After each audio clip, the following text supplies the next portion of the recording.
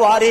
கண்ணியத்துக்குரியவர்களே, எந்த நிலைமையில ஒரு மனிதன் மௌத்தாகிறானோ, சுஜூது செஞ்ச நிலைமையில ஒரு மனிதன் மௌத்தாகிட்டானண்டா, நாளை கியாமத்துடைய நாள்ல பல கோடிக்கணக்கான மக்களுடைய முன்னால அல்லாஹ் சுஜூது செய்தவர்களாக எழுப்பாட்டுவான். ஒரு மனிதன் ருக்கு செய்த நிலைமையில மௌத்தாகிறானா, நாளை கியாமத்துடைய நாள்ல அல்லாஹ் ருக்கு செய்தவர்களாக அல்லாஹ் எழுப்பாட்டுவான்.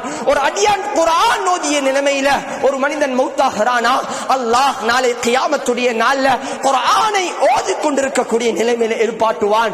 கண்ணியத்துக்குரியவர்களே, இதற்கு மாற்றமாக பாட்டுகளையும் மியூசிக்குகளையும் படங்களையும் அனாச்சாரங்களையும் கீபத்துகளையும் இல்லாத கொள்ளாத விடயங்களையும் பேசிக்கொண்டு கேட்டுக்கொண்டு பார்த்து கொண்டு ஒரு அடியான் இந்த உலகத்தை விட்டு பெறுகிறான் என்று சொன்னால், நாளை கியாமத்துடைய நாள்ல கண்ணியத்துக்குரியவர்களே எவ்வளவு நஷ்டம், எவ்வளவு கை சேதம்.